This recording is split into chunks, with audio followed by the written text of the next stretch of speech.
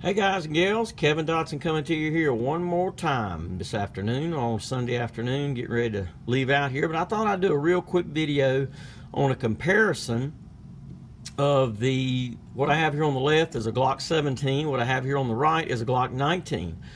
Do you see any differences? And this will be short. I can go into a lot of detail about this, but I just want to point out some of the main differences. Here we have a Gen 3 Glock 17 chambered in 9mm.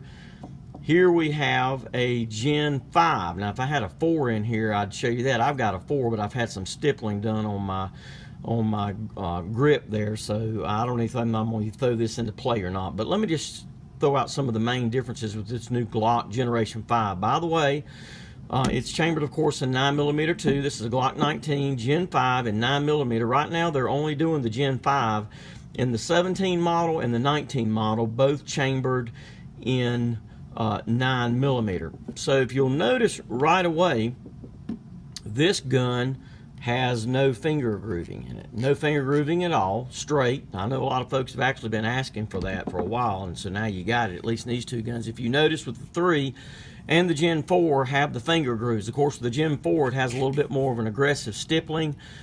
This does not. It has a smoother grip, but you can put Talon grips, which are sort of like deck tape on here, to really improve the grip effectiveness.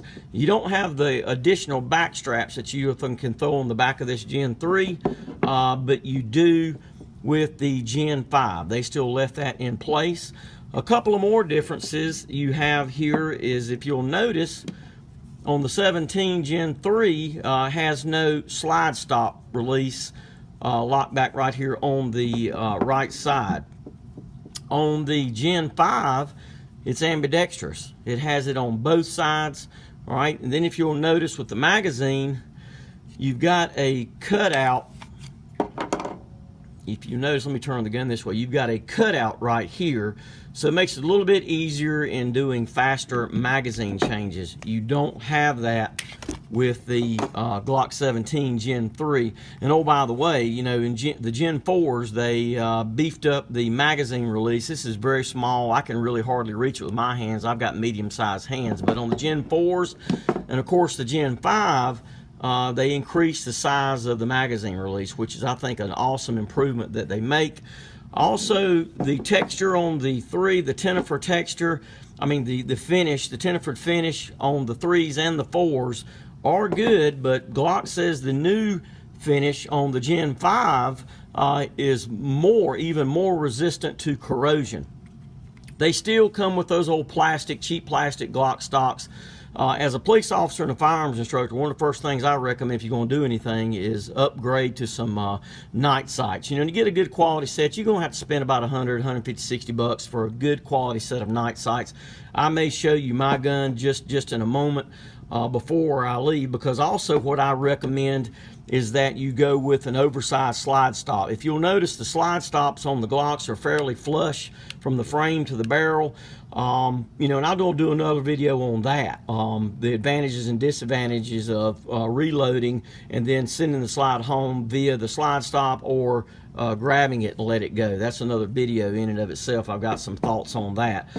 Also, the barrels have been changed. The Gen 5 has the new, what they call the marksmanship barrel. So what Glock says, and of course this depends on you being a pretty good shooter anyway, but Glock is touting with the factory Glock barrel from the 3 and the Generation 3, Generation 4 will shoot 4-inch groups at 25 yards. Glock is saying that with the new Gen 5 barrel, the marksmanship barrel, that it'll hold 4-inch groups at 50 yards. Now, of course, obviously, you know, that depends on the operator as well, but basically I think what they're saying is that it's capable of doing it. Another thing I like, if you noticed on the end here, they rounded this off. This has all been rounded off, which I like, and as far as snags, things like that. If you notice on the 3s and the 4s, you know, it's more squared off. So they've made some adjustments here. We sell this gun for $569.99. The last one we had in here didn't last long, and I don't expect this one will last long either. So there's some obvious differences. Come on in here and look at both and check them out. let me grab mine real quick. So my 17 is a 17 Gen 4, which I've got a few little things on, but I did put an oversized, and you can see the difference clear, the oversized slide stop release there. I believe that's by Ghost, Zev, Vickers, Tactical. There's a number of them out there that make different oversized slide stops. Of course, I've got a set of straight 8s. Trigicons for sights. I really like the orange there for the fast shot, acquiring the target, and fast follow-up shots. I do have a Crimson Trace grip activated laser on here as well. I'm not like, it's not like that I'm all that crazy about lasers. I'm going to use the laser to show when I'm teaching concealed carry the difference, what happens when you put the laser on the dot on the wall, and what happens when you jerk or slap the trigger, listen to me, as opposed to pressing the trigger and keeping the groups tight. So, besides that, you know, we have a lot of people that ask about lasers in the store. As far as lasers go, I will say this: spend the extra money. It might even cost you an extra $100 to get a grip activated laser. So when I grip this gun, probably see it now. Yeah, when I grip this gun, the laser automatically comes on. I'm not a big fan of putting a universal laser up here, because that means, what do you got to do? That means you've got to reach up there and you've got to hit that button to get that laser to turn on. And of course, you can see my stippling job. The guy that did this for me even cut out here as well, so for faster magazine reloads and changes, and plus too, hey, a little bit of the cool factor.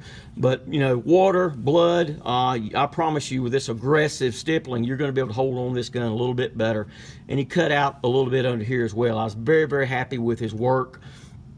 I'm not going to give you his name here, but if you want to stop by the store, I can call him, and he'd do the same thing to your gun. I think this is about $150. I think it was well worth it. Anyway, so let me stop right there. I'm almost 7 minutes into this video. Just want to share a few of the differences in the new Glock Gen 5 19 as opposed to the 3s and the 4s. So till I see you next time, stay armed, stay safe. Don't forget to go to my YouTube channel, KDOD357, and check me out. If you'll subscribe, I'd greatly appreciate it. And if you like the video, hit the like button, and of course I'll load this up to my Facebook page as well. Take it easy, guys.